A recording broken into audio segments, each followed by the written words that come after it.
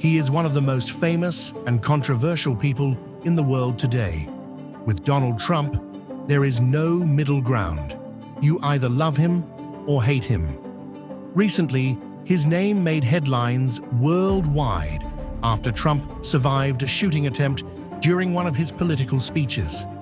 In this video, we will understand what makes Trump, Trump, and why, even after achieving what most normal people dream of, he still feels a strong desire to fight to become the next president of the United States again. Donald John Trump was born on June 14, 1946, the fourth of 5 children to Fred Trump and Mary McLeod. Donald's grandfather, also named Frederick, immigrated from Germany in 1885. He brought with him a reputation as one of the best builders of his generation. Frederick helped change the face of Queens with his building projects, which consisted mainly of constructing solid, albeit basic, apartments for rent. Fred, Donald's father, followed in his father's footsteps and also became a prominent residential developer. By the time Donald Trump was a teenager, his father had already accumulated over 27,000 apartments in the neighborhoods of Brooklyn, Flatbush, Sheepshead Bay, Bensonhurst, and Brighton Beach. He also owned large properties in the neighborhoods of Coney Island and Jamaica Estates, Queens. In addition to his residential housing portfolio, Fred ventured into commercial development during the Depression years of the 1930s.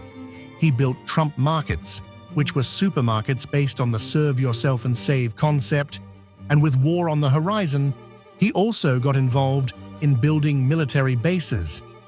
Donald's mother, Mary McLeod Trump, was of Scottish descent. She met Fred in the early 1930s while she was still a teenager. They married in 1936 when she was only 24 years old. By this time, Trump's parents had settled in a 23-room house in Queens, which was extravagant, with a colonial-style entrance and 6 imposing white marble pillars. The Trumps were one of the few families to install an intercom system in their home and had both a driver and a personal butler. Mrs. Trump was also a philanthropist, passionately involved in various causes close to her heart. She was the driving force behind the Ladies' Helper of Jamaica facility and the Jamaica Daycare Nursery, philanthropic organizations helping women and children in Jamaica. Mary was also a strong advocate for the National Kidney Foundation of New York and the mainstreaming partners of Great Neck, New York, which offered assistance to people with disabilities. Of all their children, young Donald was the most interested in his father's business ventures. As a result, Fred sometimes took the boy to construction sites with him. As Donald developed his own personality, he gained a reputation as a bully. His parents were lax in enforcing discipline. On one occasion, the Trumps' neighbor, Martha Burnham, came home to find 4-year-old Donald throwing rocks at her son, Dennis. Donald had apparently singled out Dennis as an easy target for his mischief. Martha warned her son to stay away from the nasty Trump boy. By the time he was 8, Donald was leading a group of juvenile delinquents who rode their bikes around Queens, shouting insults and picking fights with other boys they disliked. He was known for saying whatever he wanted and acting impulsively. Fred enrolled Donald in a private school in Forest Hills called Kew Forest School. Fred was on the school's board of trustees, which seemed to encourage Donald's problematic behavior. Leading a group of boys who were always causing trouble, he pulled girls' hair, deliberately bumped into other students' desks, and spoke out of turn in class. Donald's grades were mediocre at best, mainly due to a lack of application rather than a lack of ability, much to his teachers' frustration.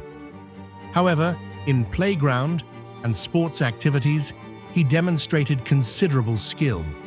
His favorite game in the gym was dodgeball, displaying great agility in avoiding the balls thrown at him. often being the last one standing. In outdoor sports, he excelled in baseball, being a talented player and fierce competitor. By the 6th grade, his hitting power was exceptional, and when he stepped up to bat, the opposing team had to stretch their outfielders to handle his potent right-handed swing. One morning, at age 12, Donald and his friend Peter Brandt took a train to Manhattan. This excursion had not been authorized by Donald's parents. Arriving at 5th Avenue and 53rd Street, they spent the day wandering through Central Park, buying trinkets from novelty shops and mingling with the homeless. One of the items Donald bought was a retractable blade knife. Months later, Fred discovered the knife, and the story of Donald's unauthorized trip to the city came to light. Fred was furious. He finally realized that Donald was out of control and something needed to be done. Fred decided that his 4th son desperately needed discipline and enrolled Donald in the Rosia Military Academy, about 100 kilometers away. There would be no more comfortable living in the mansion and neighborhood jaunts. Implementing this new strategy, Fred acted quickly, without giving his son time to say goodbye. Life was indeed very different at the military school. The boys were required to wear a uniform consisting of a thick wool sweater and pants. An alarm woke them early in the morning, and their entire day was governed by the clock. Donald's life was now controlled by Theodore Dobius, the school's practical administrator. Dobius was a World War II veteran who did not tolerate excuses and demanded excellence from his new recruits. He knew that many of the boys sent to the academy needed toughening and discipline, and he took this responsibility very seriously. As expected, all this was a big shock for Donald. His initial reaction was resentment and a natural tendency to challenge the system. He soon accumulated a series of demerits, including not making his bed and not properly cleaning the sink. However, Administrator Dobius saw something more in young Trump. The boy was incredibly motivated and always had the desire to be number one. Realizing that challenging the system would only get him into more trouble, Donald began to try to follow the rules. The biggest improvement was in his personal organization. He won awards for the cleanliness of his personal area. In fact, his organization bordered on obsessive, earning him the nickname Mr. Meticulous. Donald's loud braggadocio diminished as discipline was injected into his system. He became calmer and developed an aura of self-confidence. He made friends, although he was often considered somewhat arrogant and boasted too much about his father's wealth. Then, during his senior year, Donald was appointed company captain. This put him in a supervisory position over the younger boys. He inspected their personal spaces and was responsible for keeping them in line. His reputation was such that he rarely had to raise his voice to assert his authority. A simple step forward, sometimes accompanied by a raised eyebrow, was enough to convey his displeasure.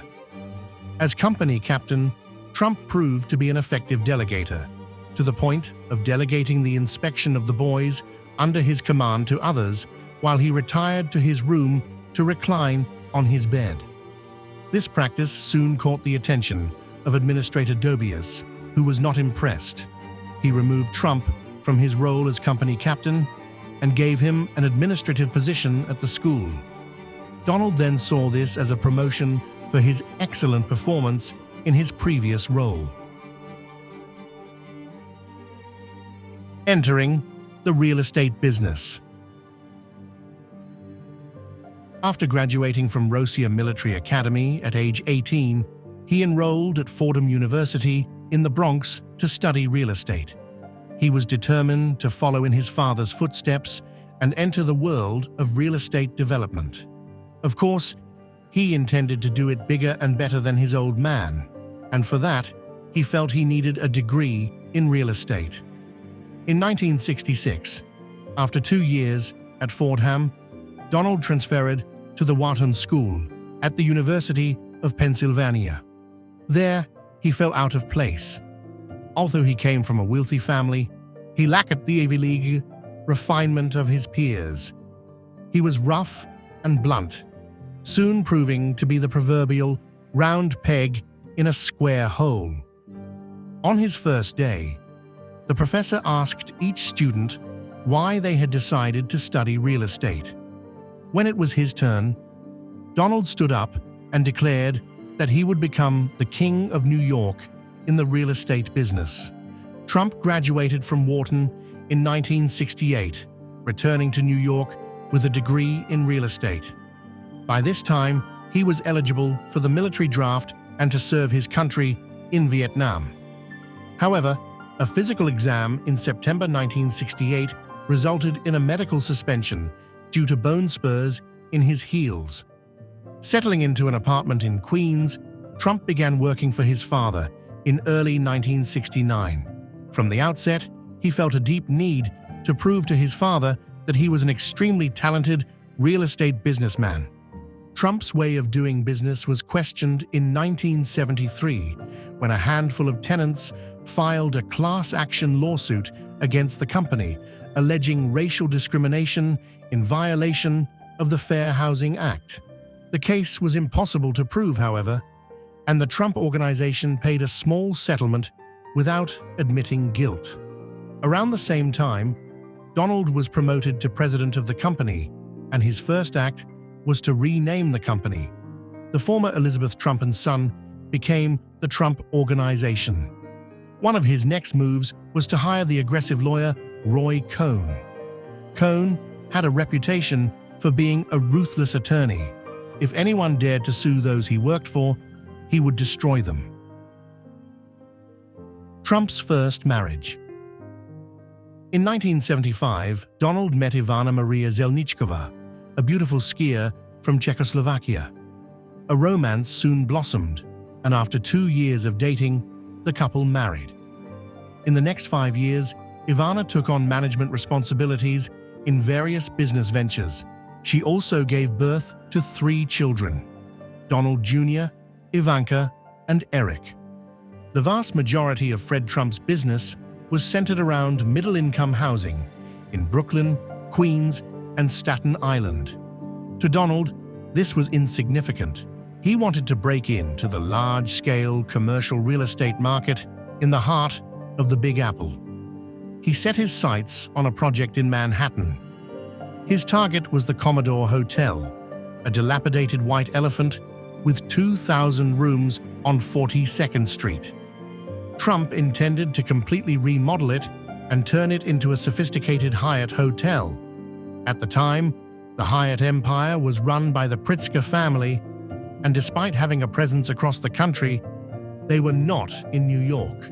However, the area around the Commodore was extremely run down, and the Pritzkers needed much persuasion.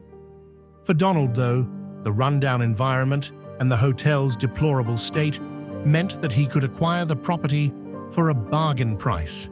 To make the purchase, however, he would need to borrow a lot of money. The financing was secured by bank loans, guaranteed by both Fred Trump and the Hyatt organization. Donald also secured a 40-year tax abatement for the building. The renovation of the Commodore and its transformation into the Grand Hyatt Hotel proved to be a great success, with Trump receiving praise from city leaders along with an award for the creative and tasteful recycling of a distinguished hotel. The Grand Hyatt project, along with his father's reputation, established Donald as a legitimate player in the New York commercial real estate market. Soon after the completion of the Hyatt project, Trump began negotiations to develop a 58-story building on Fifth Avenue, adjacent to New York's famous landmark, Tiffany & Company. This $200 million development would be Trump's masterpiece. It would feature a 6-story atrium lined with pink marble and a 24-meter waterfall. The penthouse would be Donald's personal residence, with his offices just below, and the lower floors would feature some of the world's most famous stores. The building opened in 1983 and was named Trump Tower. Its opening received international attention and was attended by several celebrities. Entering public life.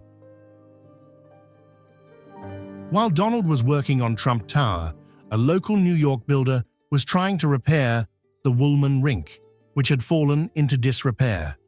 After 2.5 months, the work was stalled. There was much public dissatisfaction over the rink not being reopened in time. So Donald got involved, writing a letter to the mayor stating that he could expedite the project and deliver it well under budget. The mayor responded by accepting the challenge. Donald then hired a contractor he often worked with and convinced him to take on the rink project for free, assuring him that the publicity generated would more than compensate for the costs involved. The project then went ahead on this agreement and was completed ahead of schedule and well under budget by $750,000. The publicity and public recognition the Woolman Rink project brought were immense, but all directed at Donald Trump. The contractor, who did the heavy lifting for free, barely received a mention. In the early 1980s, Trump entered the casino business. He obtained all the necessary licenses and bought a property in Atlantic City. For this project, he partnered with the Holiday Inn Corporation, the parent company of Harrah's Casinos. In 1984, the facility opened as Harrah's at Trump Plaza. The casino was a big success, whetting Trump's appetite for more. Trump actively sought out casinos that had trouble obtaining gaming licenses and found one in Atlantic City, owned by Hilton Hotels Casino. He acquired the property and spent $310 million on the purchase and renovation, reopening it as Trump Castle. Always wanting to do better, Trump took another step forward and took over the development of the world's largest casino at the time, the Taj Mahal. The Trump Taj Mahal opened in 1990, but Trump had to take on monumental debt to open its doors. Revenues would need to average $1 million per day to cover operating costs. This was an unprecedented number that never materialized. Trump then had to go through a major bankruptcy restructuring to keep the casino running, ending up with only a 10% stake, marking his first major failure. At the same time, Trump also founded Trump Hotels and Casino Resorts, which became a publicly traded company. Throughout the 1980s and 1990s, Trump never stopped developing real estate, despite financial troubles. In 1985, he bought a large parcel of land on the west side of Manhattan to create a television complex. In 1988, he bought the Plaza Hotel for $407 million. In 1989, he made his first investment in Florida. During this period, he also acquired several golf resorts across the country. In 1992, Trump made headlines for all the wrong reasons when his affair with a 23-year-old actress named Marla Maples was exposed. Despite rumors, Ivana refused to believe the truth until Marla followed the Trumps on a ski trip and confronted Ivana with the news that Donald was in love with her and that Ivana should let him go. That was too much for Ivana. She filed for divorce, leaving Maples free to marry Donald, which she did in 1993. They had a daughter together named Tiffany after the famous New York department store. The marriage, however, was troubled from the start and ended in divorce in 1999. Ironically, the divorce was initiated by Donald when he learned his wife was having an affair. After that, Donald Trump was linked to several women until the early 2000s. In 1998, he met a Slovenian beauty named Melania Knauss. Over the following years, Their relationship developed to the point where Melania became Donald's constant companion. They got engaged in 2004 and married on January 22, 2005, in Palm Beach, Florida. The couple's only child, Baron William Trump, was born on March 20, 2006. On October 23rd, Trump Hotels and Casino Resorts restructured its debt, resulting in Trump's stake in the company being reduced from 59% to 27%. The company filed for bankruptcy and re-emerged as Trump Entertainment Resorts Holdings. Trump now placed a premium on branding, with the Trump logo appearing on all sorts of products, even launching his own game, Donald Trump's Real Estate Tycoon. Trump's political views underwent a metamorphosis over the years. Until 1987, he was a Democrat. However, that year, he registered as a Republican for the first time, flirting with the idea of running for office. He placed full-page ads in 3 newspapers outlining his views, which were that the United States needed to stop supporting other countries and start taking care of its own people. In October 1999, Trump established an exploratory committee to assess the viability of his candidacy as the Reform Party candidate for the presidency in 2000. It was decided that his lack of profile on the West Coast would be a major obstacle, leading him to pass on the opportunity. From then on, he waited patiently and increasingly made politically charged comments aimed at the public. In 2003, Trump ventured into the world of reality TV, becoming the executive producer and star of The Apprentice. The show, in which contestants faced a series of challenges to win a job as Trump's apprentice, was a huge success, so much so that it inspired versions of the show in other parts of the world. The Apprentice led Donald Trump to be recognized worldwide and earned him a star on the Hollywood Walk of Fame. In 2011, Trump re-entered the political arena when he raised questions about the legitimacy of then-President Barack Obama's birth certificate. Trump seriously considered running for the presidency in 2012, but decided that the time was not yet right. It was only on June 16, 2015, that he publicly announced his candidacy for the Republican nomination to become president in 2016. Few people took him seriously, but he eventually became the 45th President of the United States. After a controversial tenure, fueled by issues caused by the pandemic, Trump is back on the political scene, launching himself as a candidate to be president again, starting in 2025. In recent weeks, his trajectory almost came to an end after he survived a shooting attempt while speaking on a podium. But fortunately, the bullet just grazed his ear, giving Donald Trump another chance to become the 47th American president. Now you must be wondering why someone as wealthy and powerful as Trump would want to become an American president when he could spend the rest of his life sipping margaritas on his yacht in the sunlight. I believe this excerpt from an old Trump interview answers your question. Now, you own these incredible casinos and hotels, and the towers in New York City. You're going to build this world's tallest building now in Television City. When is enough enough, or will Donald Trump never be satisfied with the deal-making and the acquisitions? Well, I'm like a lot of my friends from Houston. I just keep chugging. I mean, all you can do is just keep going. Life is sort of a pretty short experience, and you have to maintain some kind of an equilibrium, and the way I maintain that is to work. And I enjoy what I do. I love what I do, and I hope I do it well. And so I just keep going forward, Dan, and it's so far it's paid off. For Donald Trump, life only has one direction, which is to move forward. After amassing billions of dollars, there is only one way to keep climbing the ladder of power, which is to lead the most powerful nation on the planet. For Trump, life seems to have no limits, so he is always looking for more. Do you think the assassination attempt has already guaranteed Donald Trump a win in the election? Let me know in the comments.